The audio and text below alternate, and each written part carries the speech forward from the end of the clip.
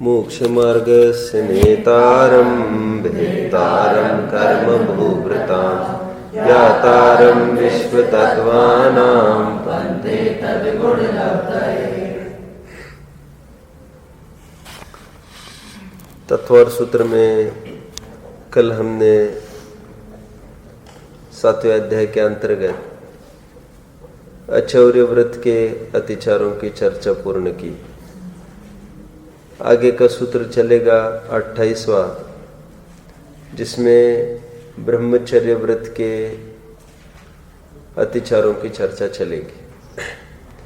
ये भी आप देख रहे होंगे, समझ जाएंगे, देखेंगे कि ये अणुव्रत की अपेक्षा से ही चर्चा की गई है।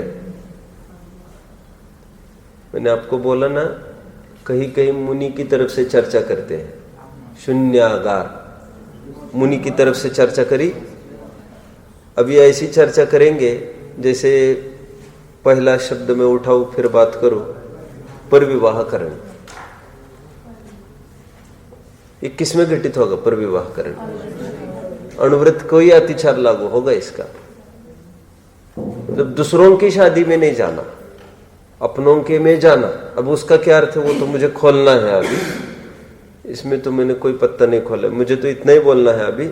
ये मुनि में अपना और पराय शादी में करना कराना की कहाँ बात टिकेगी? तो मुनियों की तो बात ही नहीं चल रही अभी। तो आचार्यों के मंतव्यों को पकड़ने का प्रयास करना, कभी क्या बोलते हैं कब क्या बोलते हैं, यह हमारे दिमाग में होना चाहिए। क्योंकि अन्यों की शादी ब्याह में जाना न जाने ये मुनियों को कहना कितना प्रासंगिक सिद्ध हो जाएगा। अभी क्या कहना चाहते वो हम देखेंगे। पर विवाहकरण, ऐसा उमा स्वामी ने शब्द लिखा। समन भद्र स्वामी को भी हम जगह जगह सामने खड़ा कर रहे हैं। समन भद्र स्वामी के शब्द को हम देखें, अन्य विवाहकरण।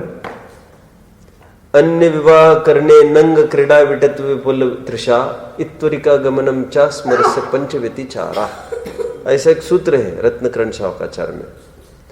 होगा करीबन 70-80 के करीबन का ये छंद होगा। 70-80 के नहीं 68 के पहले चलना पड़ेगा।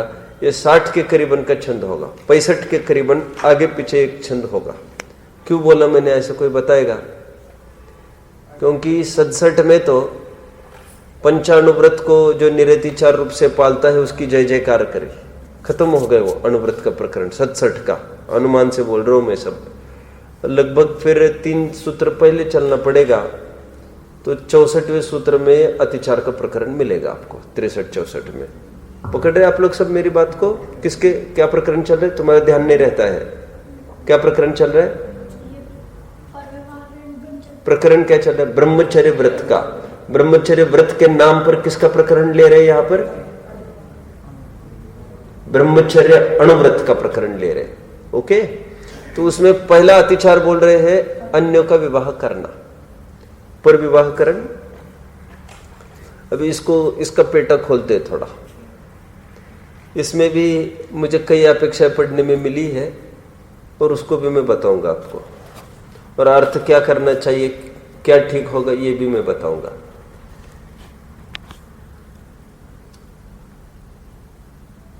वैसे स्वयं तो शादी 5वीं प्रतिमा तक कर सकता है, इसमें किसी को आपत्ति नहीं है, ठीक है।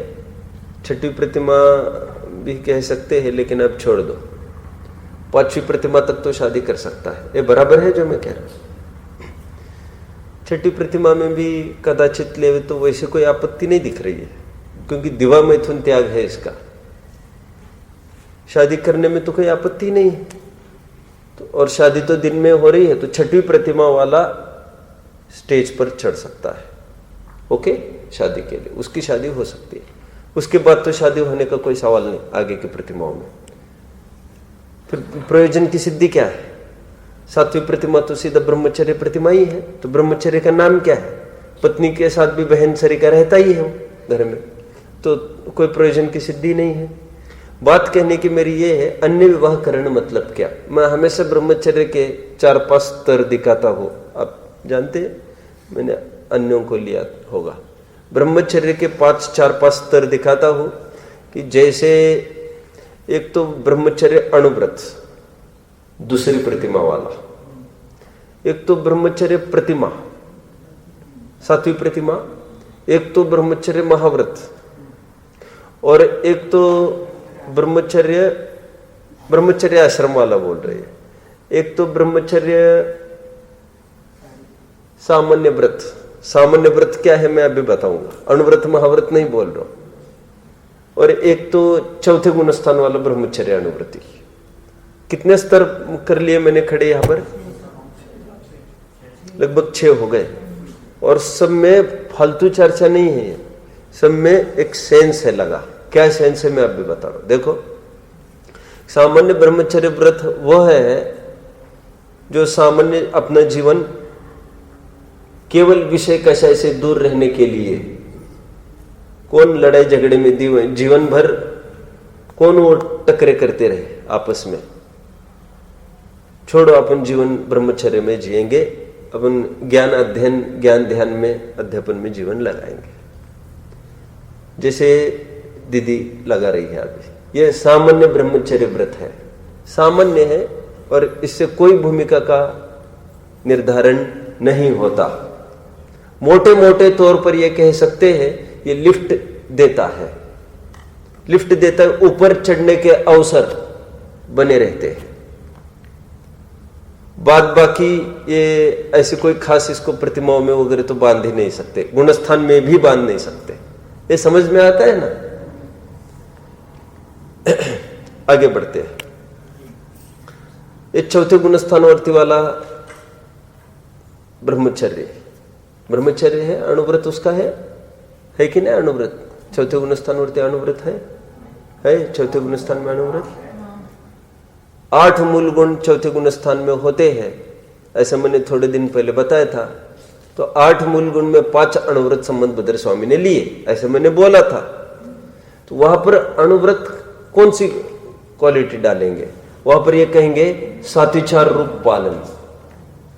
इसमें इसको ये होगा कि अन्य महिलाओं संबंधी विकार इसके दिमाग में, दिल में आ सकता है। चौथे गुणस्थानवर्ती की बात कर रहे हैं, चलना है आगे। पंचम गुणस्थानवर्ती की जो दूसरी प्रतिमा है उसमें निरतिचार रूप से ब्रह्मचर्य अणुव्रत पल रहा है। अन्य किसी भी महिला के प्रति उसको कदापि भी विकल्प भी नहीं सताएगा। समझ रहे आप सब? ये दूसरी प्रतिमा, ये फर्क मैंने दिखाया। लेकिन स्व स्त्री के प्रति वो मन से, वचन से और काय से त्यागी नहीं है। हालांकि भावना बराबर है उसको त्याग करने की, लेकिन अभी है नहीं। अब ब्रह्मचर्य प्रतिमा की तरफ बढ़ेगा तो उसमें होगा क्या एक्चुअली? अब वो पत्नी बहन होने वाली है। जो पहले बहन थी, किसी कारणवशात पत्नी बनी थी, फिर किसी कारणवशात फिर बहन बनेगी। कितने जन ने बात को पकड़ा? शादी के पहले सभी माता बहनें ही तो है, कि भोग भूमि की बात थोड़ी कर रहा हूं मैं यहां पर कि बहन थी और फिर वो वही पत्नी हो गई, ये नहीं कह रहा हूं। शादी के पहले उसी को बहन के रूप में तो देखता ही था। आज क्या वो बात छिड़ गई और इन्होंने कह दिया कि भाई आप दोनों का हमने रिश्ता तय किया, तो आज से वो पत्नी देखने लग गया। लेकिन आगे फिर बहन देखेगा, लेकिन आगे देखेगा वो पुरुषार्थ के दम पर देखेगा। और पहले जो बहन देखता था वो एक सामान्य सदाचार की भूमिका के रूप में देखता था। सामान्य एक रीति नीति है, पकड़ रहे आप? तो ब्रह्मचर्य प्रतिमा में होता बहन की तरह वो घर में रहेंगे, राग सताएगा उनके प्रति, लेकिन राग उस स्पर्शन इंद्रिय संबंधी बिल्कुल नहीं सताएगा। घर गृहस्थी संबंधी सता सकता है कि इनकी पूर्ति करे, क्योंकि आरंभ त्याग प्रतिमा नहीं, अभी भी कमाएगा उनके लिए। ये आप समझ रहे हैं सब मेरी बात को? ठीक है, आगे बढ़ना है। तो कहां तक आए? ब्रह्मचर्य है ना। अब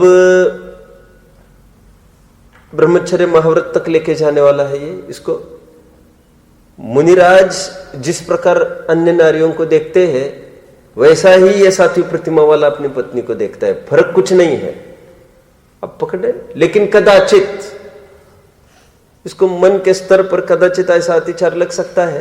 कैसा? कि भोगे जो भोग पहले, ऐसा लग सकता है, ठीक है ना।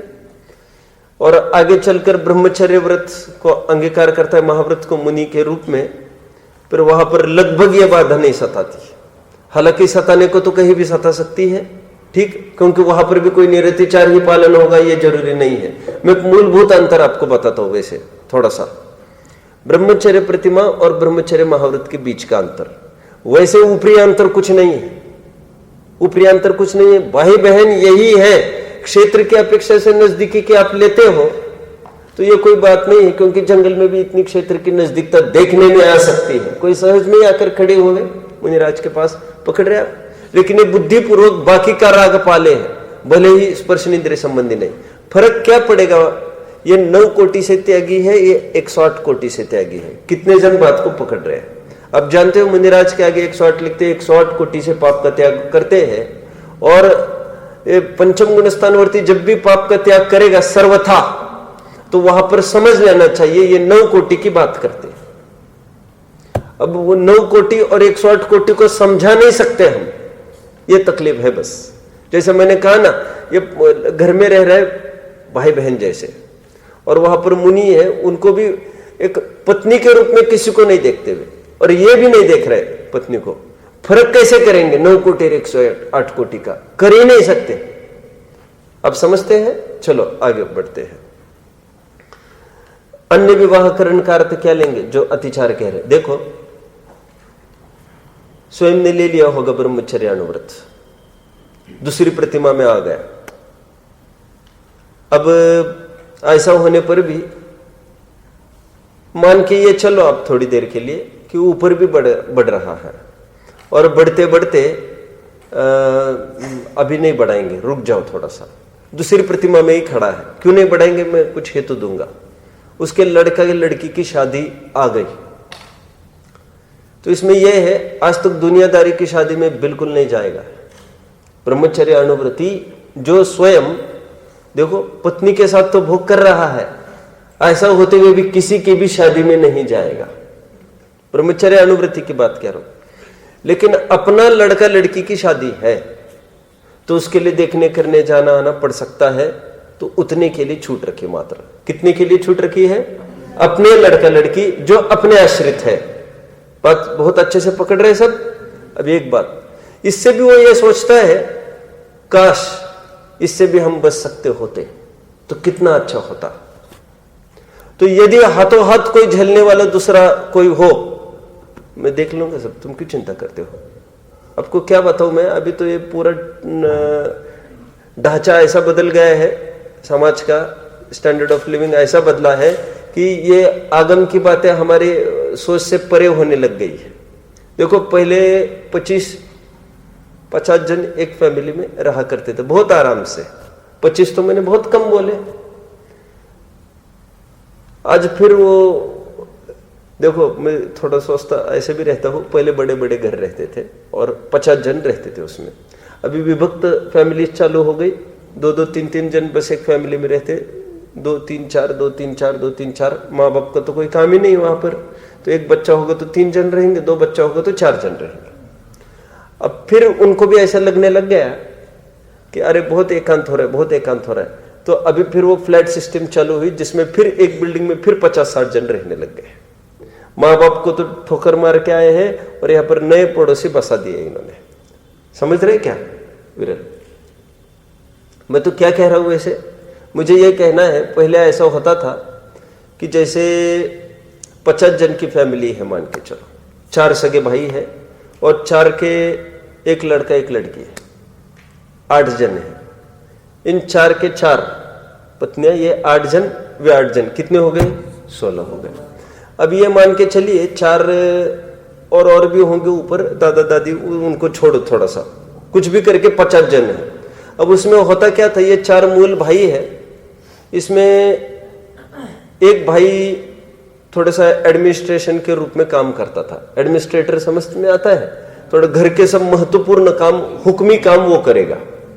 बाकी जो छोटे बच्चे, छोटे भाई है, वो जो कहेंगे वो काम करेंगे। तो कोई ऐसा भी होता था पहले जमाने में, मुझे मेरी फैमिली का स्वयं पता है कि ऐसा हुआ कि हमारे जो बड़े नाना जी थे उन्होंने कभी भी अपने लड़का लड़कियों की शादी के लिए कभी देखने नहीं गए। और पहले जमाने में होता भी नहीं था ऐसा। पहले होता यह था, जैसे आज क्या होता है, मेरे लड़का लड़की के लिए तो मैं ही जाऊंगा ना देखने, ऐसा नहीं होता था पहले।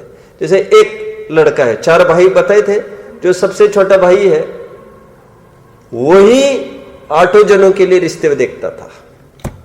इनका निपटा, फिर इनका निपटा, फिर इनका निपटा, और फिर पूछने उछने का कोई सवाल नहीं रहता था उसमें। हमने किया है, क्या करना क्या नहीं करना, कुछ नहीं, दूसरा माथा उसमें खपाता बिल्कुल नहीं था। और कोई पक्षपात भी नहीं होता था वैसे, और पक्षपात कर भी कैसे सकते हैं, ऐसा तो है नहीं ना कि ये इसको शादी नहीं करेगी तो ये मेरी लड़की से शादी करेगी, ऐसे तो कुछ है ही नहीं, क्योंकि उसकी उम्र तो बहुत आगे पीछे चलती थी। ऐसा मैंने क्यों कहा इतना सारा? मैंने इसलिए कहा जिनको नहीं फंसना होता पहले जमाने में, वो बहुत अच्छे से छूट जाता था उसमें, उसको फंसना जरूरी नहीं होता था। क्यों? हाथों हाथ सब संभाल लेते थे। और पहले होता था ऐसा, विधवाएं होती थी, कुछ होती थी, पहले पूरा समाज उसका ठेका ले लेती थी। ठेका ले लेती थी मतलब फिर पूरी समाज उनकी सेवा करती थी। और इनके पिताजी ज्ञानी धर्मात्मा है, व्रत संयम में प्रवीण है, तो वे आके कहते थे आप चिंता मत करो, आप संयम साधना के मार्ग पर बढ़ो, हम आपकी लड़की का समझ लेंगे। तो सच पूछो तो ये है, अपना लड़का लड़की की भी शादी में नहीं जाएगा। He is always searching for a chance to miss the programme. आप समझ रहे हैं? वो थोड़ा निकल सकते हैं कि इसी धुन में है वो थोड़ा सा, लेकिन अपन मान के चले यदि ऐसा न बने सर्वथा, घर के भाई चले गए, कुछ हो गए, उनकी प्रॉब्लम हो गई, तो वो अवॉइड नहीं कर सकेगा, उसको उसका लड़का लड़की का देखना पड़ेगा। और यदि ऐसा भी हो जाए, कैसा? मैंने अभी क्या कहा, 4 भाई है, एक व्रती है, ब्रह्मचर्य अनुव्रती ले लो, तो बाकी के 3 भाइयों ने उसको कहा तुम क्यों चिंता करते हो, हम सब देख लेंगे, तो अपने लड़का लड़की की शादी में भी नहीं आएंगे, रिश्ता जमाने वमाने का तो कोई काम ही नहीं। लेकिन ऐसे भी तो हो सकता है। कैसा हो सकता है? वो 3 भाई छोड़ के चले जाए, मर जाए, अतो दीक्षा लेके चले जाए। अभी ये सब जितनी भी 8 संतानें हैं, ये इस ब्रह्मचर्य अनुव्रत के आश्रित है। ऐसी कंडीशन में वो 8 जनों की शादियां करा सकता है, फिर तब भी वो अतिचार के दायरे में नहीं आएगा। आप सब समझ रहे मेरी बात को? मैं एक एक वर्ड जो बोल रहा हूं वो मेरी तरफ से कुछ भी नहीं बोल रहा हूं।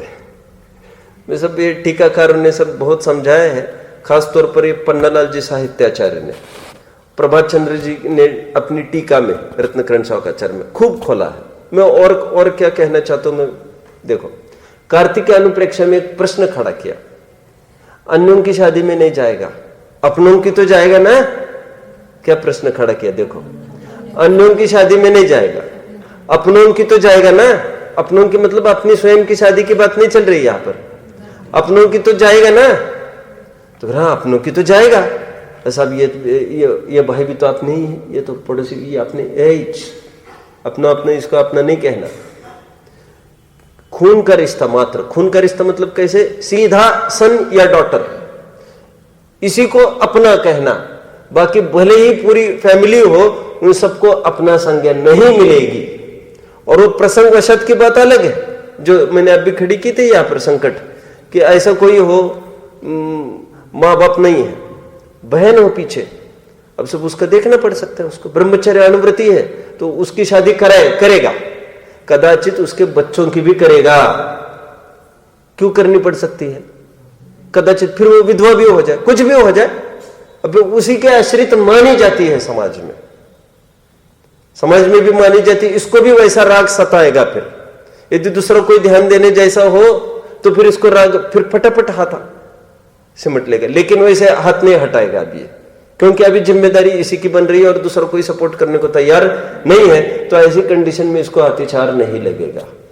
एक टीका में यहां तक लिखा है, अपने साधर्मियों वगैरह की भी, उनके बच्चों की भी शादी में जा सकता है। मुझे ये बिल्कुल बात नहीं जमी, आप समझते हैं? और मेरी न जमने का आधार मैंने क्या बोला, मैं पढ़ के भी दिखा सकता हूं सब कुछ आपको, लेकिन क्या क्या पढ़ के दिखाऊंगा। यहां पर क्या बोल रहे, एक जन टीका में क्या लिखा, आयुष अन्य विवाह करने अतिचार, तो अन्यों के में नहीं जाएगा, तो अपने घर गृहस्थी के और साधर्मी के, ऐसा लिख दिया। और वहां पर कार्तिकानुप्रेक्षा में स्पष्ट प्रश्न पूछकर कि अपने भाई बंद के बच्चों की शादी में जाएगा ना, तो कहते नहीं, कदापि नहीं जाएगा। तो परस्पर टकराट हो गई है। और ज्यादा जमने वाली बात वो है कार्तिकानुप्रेक्षा की टीका वाली। अब सब पकड़ रहे मेरी बात को। तो पहले अतिचार की हमने चर्चा करी, पर विवाह करण। अब देखिए, स्वयं के बच्चों की शादी में तो जाएगा, रिश्ता भी देखेगा, करेगा, जिम्मेदारी से पार होगा वो, ठीक है ना? ठीक है। अरे कमा तो रहा ही है ना, सातवीं प्रतिमा तो कमा रहा है, फिर शादियां कैसे नहीं करेगा? जिम्मेदारी तो देख ही रहा है। अब देखिए, लेकिन ब्रह्मचर्य प्रतिमा में आएगा जी, अभी नया चेंज क्या होगा, कोई बताएगा? बोलो। अपना लड़का लड़की भी हो, भाव नहीं आएगा उसको, उसकी शादी करना, कराना, जाना आना खत्म, बिल्कुल चौकड़ी लग जाएगी इसको। अभी अन्य विवाह करण, यहां अतिचार। ब्रह्मचर्य प्रतिमा में क्या कहेंगे? अपनों के विवाह करना भी वो अतिचार के दायरे में चला जाएगा। फिर आगे पकड़ रहे? तो ये पहला अतिचार की हमने चर्चा करी, 28वां सूत्र, पहला अतिचार, पर विवाह करण। आगे बढ़ना।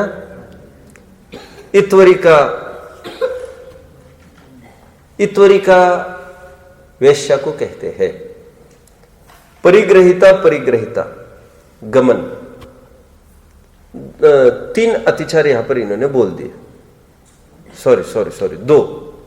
इत्वरिका परिग्रहिता,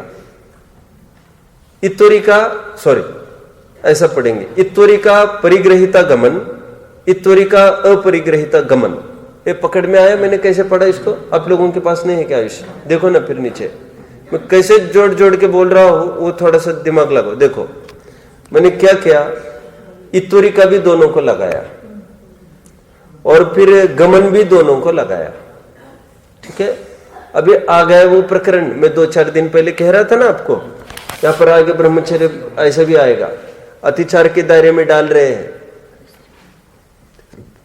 और परिग्रहिता अपरिग्रहिता क्या है, पहले मैं थोड़ा इतना समझा दूं आपको। परिग्रहिता मतलब वह जिसने किसी को स्वीकार किया है जीवन में, एज अ पति ऑफ कोर्स। और अपरिग्रहिता मतलब जिसने किसी को स्वीकार नहीं किया है, may be a window, may be a bachelor girl boy, जो भी हो। अब पकड़ रहे मेरी बात को दोनों। अथवा may be a lady whose husband has gone abroad for trade etc for any other cause। ऐसा विभिन्न अर्थ सोमदेव ने, आशाधर ने जगह जगह किए। इस मामले में सोमदेव आशाधर को पढ़ना चाहिए आपको, अच्छा अर्थ किए हैं। कहीं कहीं तो बहुत दिमाग लगाना पड़ेगा, कहीं कहीं ध्यान भी रखना पड़ेगा, सावधान रहना पड़ेगा, लेकिन कहीं कहीं अर्थ निकाले। अब अपरिग्रहिता का अर्थ क्या निकाला?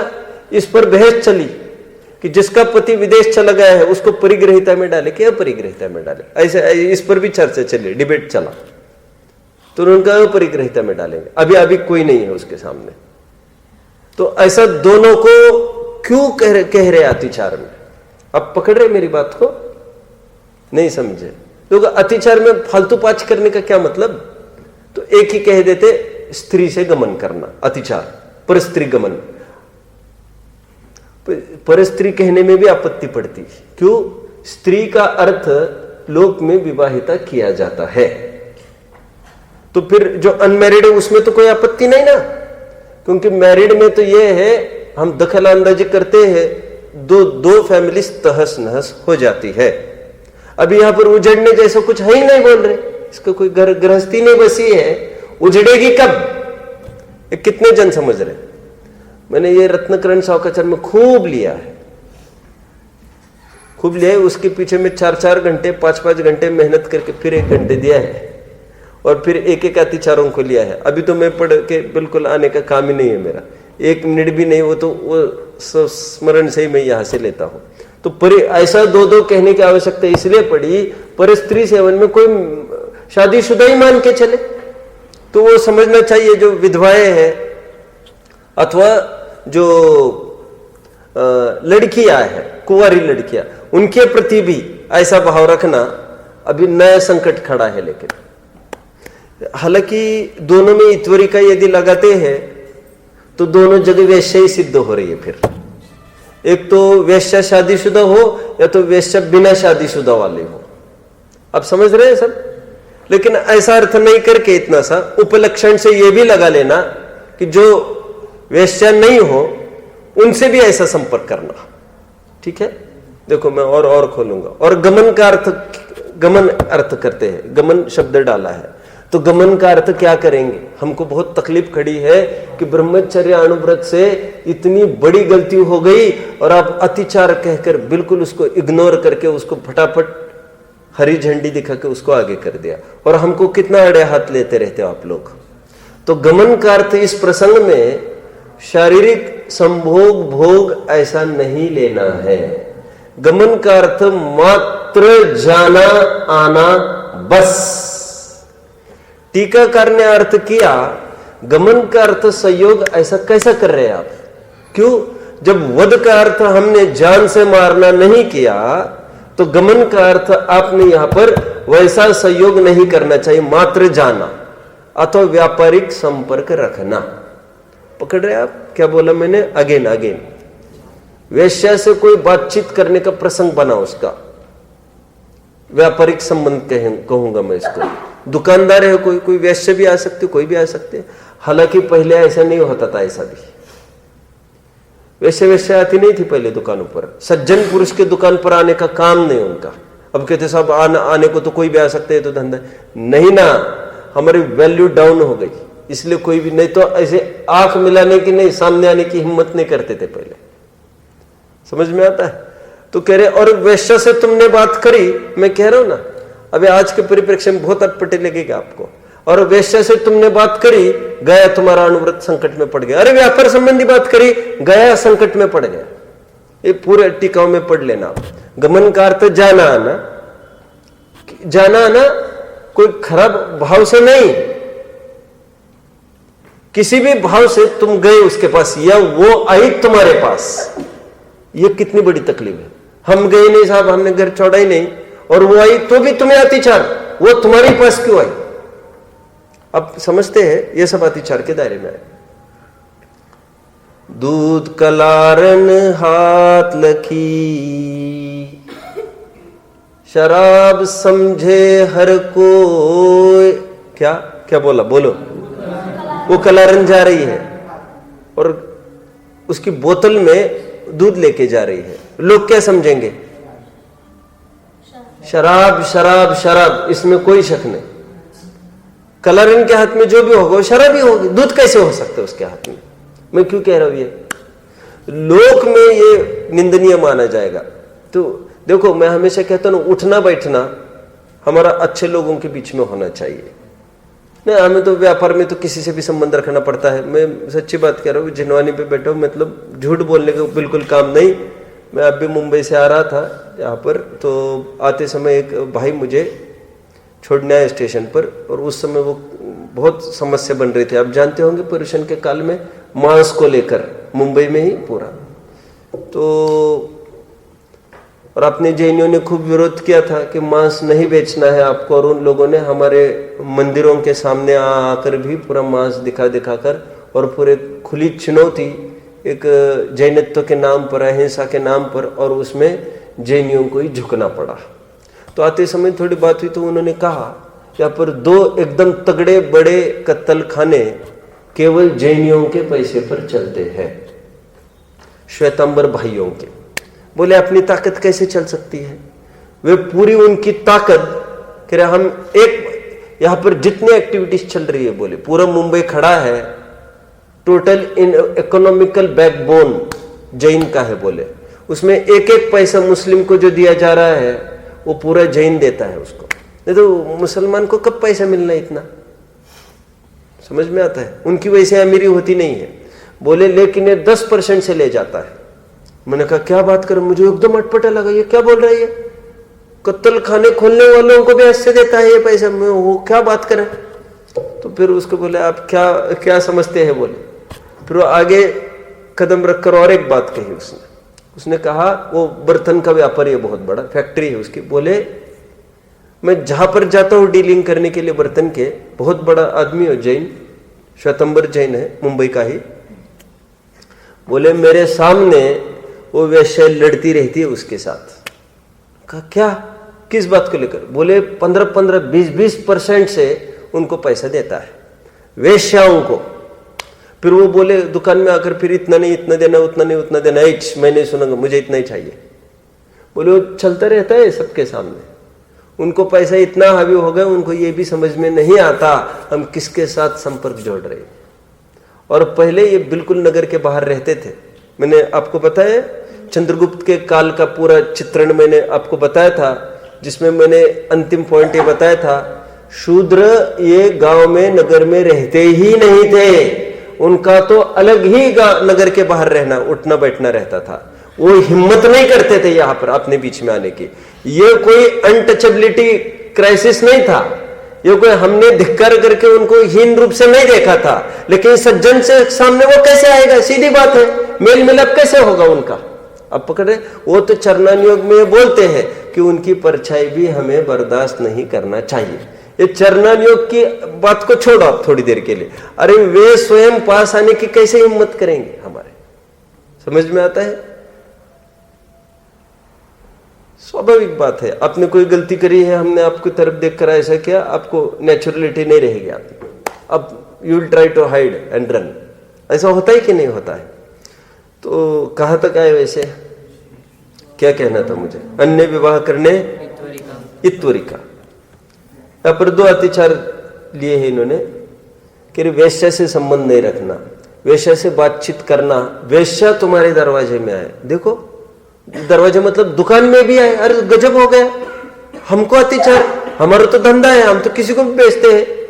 तुम में ऐसी क्या कमी देखी उसने जो तुम्हारे पास कैसे? वैसे आते नहीं थे बिल्कुल अपने पास। मैंने आपको पहले कभी बताया होगा, आपको याद होगा कि पहले शूद्र कभी बाय चांस जैन के दुकान में आते थे तो जैन उनका पैसा नहीं लेता था, और लेता था, मैंने बताया था, वो कॉइन्स देता था तो कॉइन्स पर पहले पानी डालता था उनके सामने और फिर कॉइन्स अंदर डालता था। ये बिल्कुल सच्ची बात है। और जिनकी है ना दुकान, वो अभी भी बताते हैं, हमारे पिताजी ऐसा करते थे।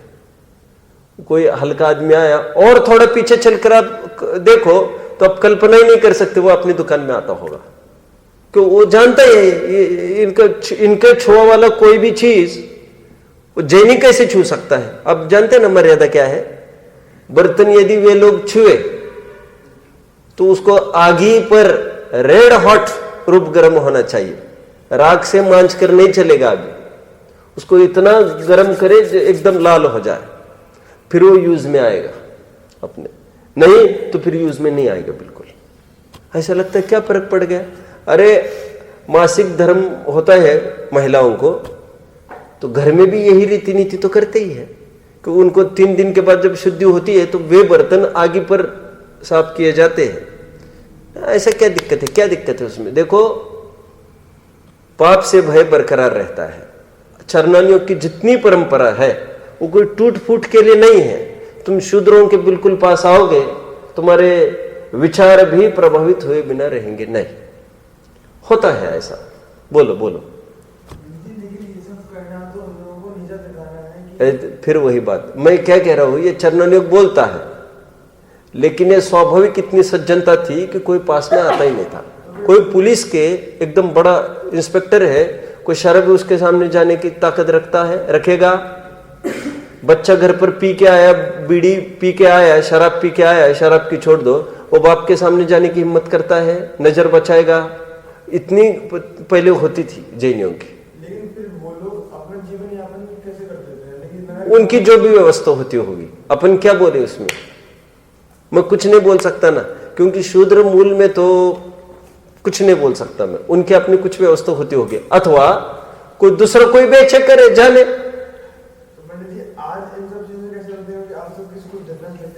मैं यही तो कह रहा हूं, आज के परिप्रेक्ष्य में हम उसको देखने जाएंगे तो बहुत अटपटा लगेगा आपको। लेकिन अतिचार कैसे लगेंगे? वैसे उसके पास आए, अतिचार हो गए, बस कह रहे अतिचार हो गए। देखो दूसरी प्रतिमा वाला है, धंधा करेगा कि नहीं? दूसरी प्रतिमा वाला धंधा करेगा कि नहीं? उसके धंधे पर अच्छा तुम्हारी तो ये समस्या में आगे बोलूं, वो कैसे पहचानेगा वो वैसे थी कि नहीं थी? उसको क्या पता वो कौन थी आकर गई वाली? लाखों जन आते हैं पहले, अब वो तो लगाना ही पड़ेगा तुमको ऐसा माहौल, क्योंकि जो वैश्या रहती थी वो भी फेमस रहती थी। फेमस नहीं, फेमस मतलब सब लगभग जानते थे कि भाई, और फिर सब पूरी दुनिया उस दृष्टि से देखेगी तो देखकर पता चलेगा। अरे आज भी पता चल सकता है, आज भी पता चल सकता है। एकदम नए स्थान पर जाओ, अब बोल सकते ये है कैसे, और उसको पूरा फेस रीडिंग होता है। विद्वान को पहचान सकते, उसको नहीं पहचान सकते क्या? अभी तो सब तकलीफ है पहचानना, क्योंकि आज कोई उससे कम है ही नहीं समझा आप? सब मेकअप नहीं चलते हैं। चलो ठीक है, मैं ये कह रहा हूं कि आचार्यों के मानस को समझना है। वर्तमान परिप्रेक्ष्य में कितनी सिद्धि होगी, और फिर नहीं सिद्धि नहीं हो रही ना आज कुछ, लेकिन मूल पद्धति यही है। जो सज्जन पुरुष है उनका सज्जनों के बीच में उठना बैठना होगा, लेन देन व्यापार आदि सब उन्हीं के बीच में होगा, हल्के लोगों से कदापि नहीं होगा। मैंने कहा भी था थोड़े दिन पहले, गोमट सर में बात आई थी, तब मैंने बताया था, आपको याद होगा, 2 फ्रेंड्स बराबर कलेक्टर हुए, क्लासमेट, मैंने बताया था, और वो जैन वो स्पीच दे रहा था, तो उस स्पीच में मैं वहां पर था, इसलिए मैं जानता हूं। तो वो कह रहा था कि हम दोनों कलेक्टर हुए और बहुत सालों के बाद हम मिले, मैंने टिफिन खोला और कहा शेयर करो, तो उसने आखिर तक हाथ नहीं डाला उसमें, पर आखिर बोला तुम जैन हो भाई, हम कैसे हाथ डाल सकते उसमें? वो समझता है वो दलित है, दलित समझते हो, उसको कोई अभिशाप नहीं मिला है उसको कहीं से, लेकिन Jain is considered to be something extraordinary. तो बड़े कोई है तो उनके सामने तो वैसे ही थोड़ा सा एक रिस्पेक्ट समझो, respect you can call it as. हम उनको हीन दृष्टि से देख रहे, ये बात नहीं है, कुछ इसका नया रूप नहीं धारण होना चाहिए। आप समझ रहे सब? वैसा उनके पास आई तो ये अतिचार लग गए कह रहे, क्योंकि आज आई है फिर कल बोलेगी कुछ, अब बोलेगी फिर कभी मुस्कुराएगी, समझते? तो बस अतिचार लग गया है। गमन गमन गमन मतलब जाना, और सीधा उसके घर जाना, पैसा मांगना किसी भी काम से, वो तो अतिचार है ही। अब कोई भी टीका पढ़ लेना उसमें मिल जाएगा जो मैं कह रहा हूं, वार्तालाप मिल जाएगा, अब किसी में भी पढ़ लो देख लेना, ठीक है। और कह रहे कैसे पहचानेंगे अपन? सक्षम, थोड़ा विचार करो। अपन ये कह रहे हैं नहीं देखो जायज है इनके प्रश्न सब, कैसे पहचानेंगे? मैं कह रहा हूँ वैसा है, ये कैसे पहचानेंगे? तो आज शहरों में वास्तव में कोई किसी को पहचानता नहीं। तो देखो अपन तो शहरों में तो ये स्थिति में हमेशा कहता हूँ, पड़ोसी मर गए हैं ये अखबार में पढ़ लेना कल, ये पड़ोस ये सामने मरा है ये नहीं क्या पता चलता। दिन भर कमरे बंद रहते हैं इनके, बिल्कुल कमरा खुलता ही नहीं किसी का। मतलब गांव की लाइफ है ही नहीं, नेचुरल लाइफ नहीं रहती उन लोगों की। तो नेचुरल लाइफ नहीं रहती, वहां पर सम्यक तो अनुव्रत भी नहीं के बराबर ही है, चांस नहीं के बराबर। इसलिए कह रहा हूं कोई सीधा आकर गर्दन ना पकड़े। सीधा बात यह है कहने की वहां पर कोई अवसर नहीं होते, समझ में आता है? तो वहां पर अपन जहां पर सब एक दूसरों से परिचय रखते हैं, शान शौकत जैनियों की बराबर बनी रहेगी। और जो सामान्य जीव है वो वैसे उठकर सामने नहीं आ सकते, मिक्स नहीं हो सकते अपने में। देखो यहाँ पर यात्री भी आता है कोई, देखो देखो यात्री भी आता है कि वो पता है उसे कि कहीं भी जा सकते हैं, बट कितना हेजिटेट करता है वो यहाँ बैठने में, ये मैं देखता रहता हूँ। बैठने में हेजिटेट करता है, सुनने में हेजिटेट करता है। उसको कोई ये भी कहने जाए भाई ये तुम बैठो, तो उतने में भी वो डर जाता है, उसको लगता है कोई भगा रहेगा। जबकि अच्छा आदमी, हेजिटेशन होता है उसको कि भाई ये इनकी बड़ी कोई चर्चा चल रही होगी, हमको तो भगा देंगे बस ये, समझ रहे? तो फिर ऐसा वो पहले संकोचवशात तो कोई ऐसा ट्रांजैक्शन होता नहीं था, तो पहले कैसे व्यापार धंधा, वे कहाँ से सामान लेते होंगे, क्या करते होंगे, ये कोई सोचने की बात इसलिए नहीं है। वे अपने अपने मापक खेती आदि वे करते होंगे, कुछ समझ में आता है। और दुकानें फुकाने ऐसे काय के लिए रहती थी पहले सब, साबुन सोडा के लिए सब घरेलू उपाय से ही चलता था, ऐसे कोई दुकान फुकान का कोई काम ही नहीं रहता था। इतनी उतनी खेती वे अपन करते थे, इतनी उतनी खेती वे कर लेते थे, सब ऐसा चलता रहता था। ठीक है, चलो जो भी हो, आगे बढ़ते। कितने अतिचार हुए? 3। चौथा अतिचार, अनंग क्रीड़ा। अनंग क्रीड़ा जो नियत और निश्चित अंग है, जिनके माध्यम से संतान उत्पत्ति होती है। देखो, ये प्रश्न था 4-5 दिन पहले, फिर उस दिन भाई साहब आए थे ना, पवन जी, तो उनको फिर अनंग क्रीड़ा कैसे लिखा, अनंग क्रीड़ा, फिर उनको नहीं रहा गए, तो फिर सीधा दूसरे दिन मेरे पास आए। फिर सुबह सुबह बात हुई, मैं आज आपके पास आऊंगा, मुझे वो समझना है। तो 2 विषय उन्होंने बोल के रखे, अनंग क्रीड़ा उसमें बोला था। मैंने उनको कहा अनंग क्रीड़ा, क्योंकि अभी तो गमन का अर्थ क्या कर रहे थे, जाना ना, अभी अनंग क्रीड़ा कैसे करने लग गए तुम लोग? फिर अनंग क्रीड़ा अपनी पत्नी के साथ की बात चल रही है, यहां पर पकड़ रहे आप लोग सब। अपनी पत्नी के साथ भी अनंग क्रीड़ा नहीं करता अनुव्रती। संतान उत्पत्ति जिसके माध्यम से होती है, केवल उतने ही अंगोपांग का संयोग होगा, स्पर्श होगा, अन्य नहीं। कितनी मर्यादा है, कितनी मर्यादा है। देखो देखो, सुनो, शादी का उद्देश्य यह है, मूल तो शादी का उद्देश्य मेरी संयम साधना में अनुकूल कोई बने, मुझे रोटी खिलाए आदि, और ये घर आने वाले अतिथियों के लिए, अतिथि मतलब अतिथि, लोकोत्तर अतिथि मुनिराज, लौकिक अतिथि तो ये अपने सगे संबंधी, तो आने जाने वालों के लिए बराबर उनके धर्म का निर्वाह हो, इसमें बराबर जुट जाए। और उसका भी क्या स्वार्थ वृत्ति रही उसमें, चलो हमको भी एक कोई सिक्योरिटी मिल जाएगी जीवन भर, क्योंकि पराया धन के रूप में घर पर कितने दिन रह सकते थे। तो दोनों ने अपना अपना काम निकाला। ये बहुत मजबूरी की जुगाड़ है। जुगाड़ समझते आप? कोई मुझे कह रहा था, ये ट्रैक्टर होता है ना, ट्रैक्टर देखा आप लोगों ने? ट्रैक्टर ही कहते हैं ना आप लोग उसको। क्या कॉस्ट रहती है ट्रैक्टर की? कितना? 1 लाख? वे पुराने की बोल रहे, पुराने की बोल रहे हैं। अभी मॉडल वाइज बोलेगा 5 लाख मान के चलो। अब जानते हो 2 लाख में एक खटाखट ट्रैक्टर खड़ा हो सकता है। आपने देखा है? गांव का कोई है क्या यहाँ पर? और गांव में तैयार कर लेते हैं। सुनो सुनो, कौन है? उद्देश्य। अच्छा ठीक है, सुनो सुनो सुनो, ए उद्देश्य सुनो, फीलिंग अनईजी, फीलिंग प्राउड, एकदम जोश आ गया इसको। सच्चे जीवन गांव में ही है, शुद्ध सात्विकपना सब कुछ।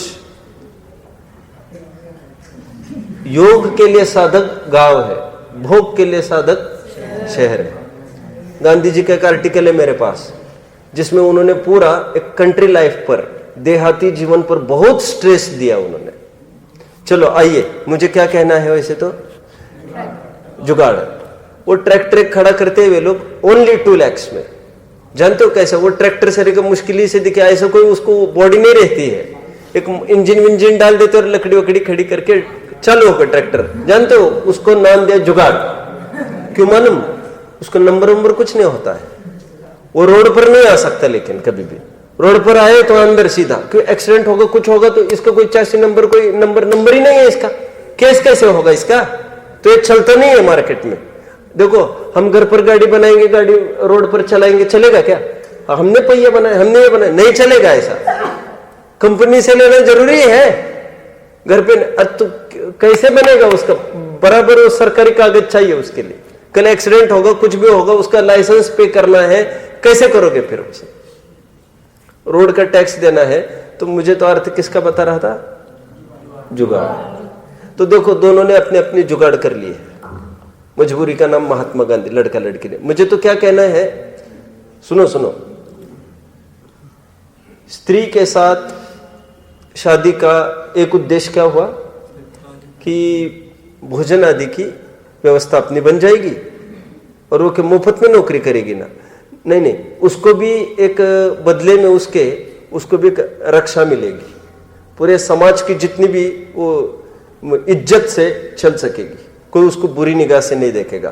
पति बैठे घर में लूला लंगड़ा होगा, किसी की ताकत नहीं लेकिन आंख उठा के देखने की, क्यों? शी इज मैरिड, वो किसी की हो चुकी है, तो ये मुफ्त में एक मिली है उसको पूरी वैल्यू पत्नी को। अभी देखो और एक उद्देश्य शादी का कि हम सज्जन लोग हैं, ऐसी संतान कुछ वृद्धि होती रहे, तो फिर केवल संतान उत्पत्ति को लक्ष्य में रखकर, अब बहुत अटपटा लगेगा थोड़ी देर आपको, केवल संतान उत्पत्ति के लिए अपनी पत्नी से भोग हुआ करता था, होता है, तो इसमें क्या आश्चर्य? आदिनाथ को 100 हुए तो क्यों चिल्ला रहा है इतना?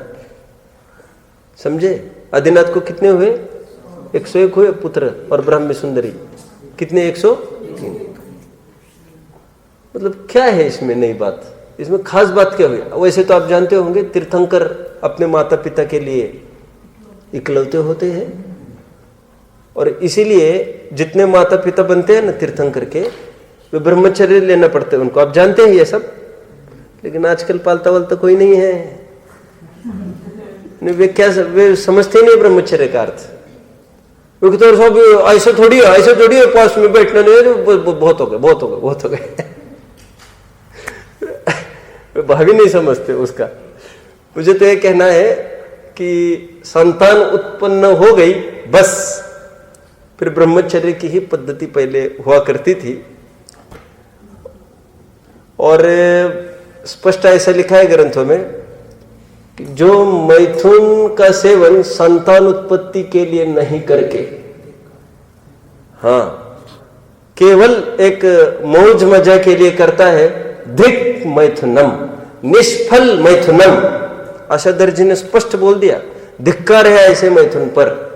क्योंकि है कोई ऐसा किसान जो बीज तो बोना चाहता है और फसल ही नहीं चाहता, कितना मूर्ख होगा। तो कहते ये संतान नहीं चाहता, जिम्मेदारी नहीं निभाना चाहता, कौन पाले, कौन पोसे, कौन बड़ा करे, जिम्मेदारी फॉलो नहीं करना चाहता, और बस विषय की लिप्सा में डूबना रहना चाहता है। बनोगे कौन? नारकी। क्यों? नपुंसक वेद। छटपटाओगे, फिर कुछ नहीं होगा, काम ही नहीं होगा तुम्हारा कुछ। समझ में आता है? और आवा की भट्टी के समान दुख भोगते रहते हैं, सब जानते।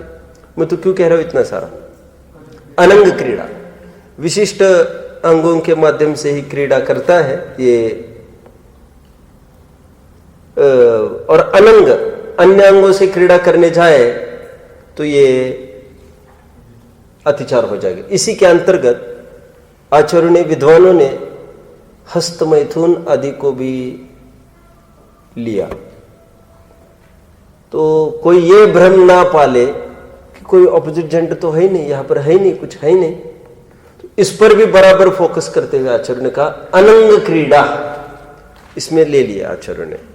ये सब समझने लायक है, ये कितना चरणन्यों का हाउ टू लिव, अपन कैसे हमारे जीवन जिए, इसके लिए बराबर दिनचर्या सेट है हमारी, इसको बराबर फॉलो करना चाहिए हमको। आगे काम तीव्र अभिनिवेशा। काम तीव्र अभिनिवेशा का क्या भाव है थोड़ा सा ये समझते हैं, फिर इनके 5 तो हम देख नहीं पाए। किनके? समंतभद्र स्वामी के बाद में देखेंगे। काम तीव्र अभिनिवेशा क्या चीज है? स्व स्त्री के साथ तो भोग कर ही सकते हैं ना साहब, अनंग क्रीड़ा नहीं सही, विशिष्ट अंग में तो अपनी पत्नी में तो कर ही सकते हैं ना। उत्तरोत्तर गृद्धता को घटाते हुए कितनी शानदार एक सबको पैकिंग कर दिया आचार्य ने, कोई बच के नहीं जा सकता, ऐसी धारा है 5। कोई भी कहीं से भी दूर दूर तक ना बचे, समझ रहे ना? देखो कोई अवसर नहीं बचने का। फिर कोई कहने बेचारी बेचारी, वो फिर उसको कौन देखेगा, उसको कौन समझेगा विधवा के प्रति, उसको कौन प्रेम देगा? तो प्रेम मतलब क्या समझता है तुम? प्रेम मतलब क्या समझता है? तो हम तो बोल ही रहे विधवाओं को उद्धार करने के लिए आश्रम बनाओ, उनको अनुकूलता दो पूरी पूरी, समझते हैं। टोडरमल जी ने लिया मोक्ष मार्ग प्रकाशक में, रतिदान कहते हैं उसको, नहीं सुना, नहीं जानते, याद नहीं आपको? स्त्री के साथ भोग करना, वो मुनि महाराज होकर भी स्त्री के साथ भोग करता है, उसको रतिदान कहते हैं, कि उससे वो संतोष को प्राप्त होती है। क्या लिया? संतोष को प्राप्त होती है, ऐसा लिखा उससे। और बहुत जो करेगा स्त्री के साथ भोग करेगा पर स्त्री से उसको पुण्य मिलेगा। भैया पुण्य क्या, क्यों क्यों? रतिदान, उन्होंने एक नाम दे दिया है रतिदान, उससे उसको संतोष होता है। तो टोडरमल जी साहब ने बोला उनको संतोष तो उनको हो गई, बोले उसको उनमें सुख बुद्धि तो पड़ी ही है अनादिकाल से, बोले लेकिन भोग के काल में भी यदि उनके मनोरथ पूर्ण ना हुए तो वहां पर भी वो दुखी होती है। किसी को याद है टोडरमल जी का प्रकरण? नहीं याद? मुझे कोई याद दिलाएगा तो फिर मैं कल दिखा सकता हूं आपको। ये टॉप राइट में देखते जाओ, टॉप राइट 3-4 लाइन्स है, ये 6वें अध्याय में मोक्ष मार्ग प्रकाशक के। तो वहां पर रतिदान के रूप में फिर जो कुतर्क करते हैं उसको उन्होंने लिया। अभी तो मैं क्या कह रहा था? काम तीव्र अभिनिवेशा, स्त्री के साथ भी उत्तर भोग की लिप्सा घटती हुई दिशा में होनी चाहिए। सब दिन में तो सवाल ही खड़ा नहीं होता, यहां पर भी ले सकते हैं हम। वैसे दिवा मैथुन त्याग प्रतिमा कहा है 5वीं, तो क्या दूसरी प्रतिमा वाला दिवा मैथुन करेगा क्या? तो वहां पर तो त्यागी हुआ नहीं है अभी। तो जो तीव्र अभिनिवेश का, तीव्र लिप्सा का टूटना मतलब क्या समझते हैं आप? कितने जन मेरी बात को समझ रहे हैं? बात को समझ रहे? तीव्र लिप्सा का टूटना मतलब पहले तो दिन में भोग खत्म करेगा वो। मैंने खूब लिया है, प्रतिमाओं में पढ़ोगे आप तो खूब समझ में आएगा। मैंने कहा था रात्रि में भोजन करने में जितनी गृद्धता है, दिन में भोग करने में उतनी गृद्धता है। स्त्री का भोग क्यों? उतनी सामग्री जुटानी पड़ेगी और खूब भय के बीच में सब ये काम करना पड़ेगा। समझ में आता है? कोई आने का जाने का डर, सब समस्या, इसके बीच में तुमने किया, तुम बहुत अति तृषा वाले हो। इनके शब्दों में क्या लेंगे? तीव्र अभिनिवेश वाला है ये। आगे बढ़ना बस करते हैं अभी समंत भद्र स्वामी के मंतव्य में क्या है ये हम कल देखेंगे। इनके 5 अतिचारों में इन्होंने देखते, कल ही देखेंगे अपन। ओम नमः।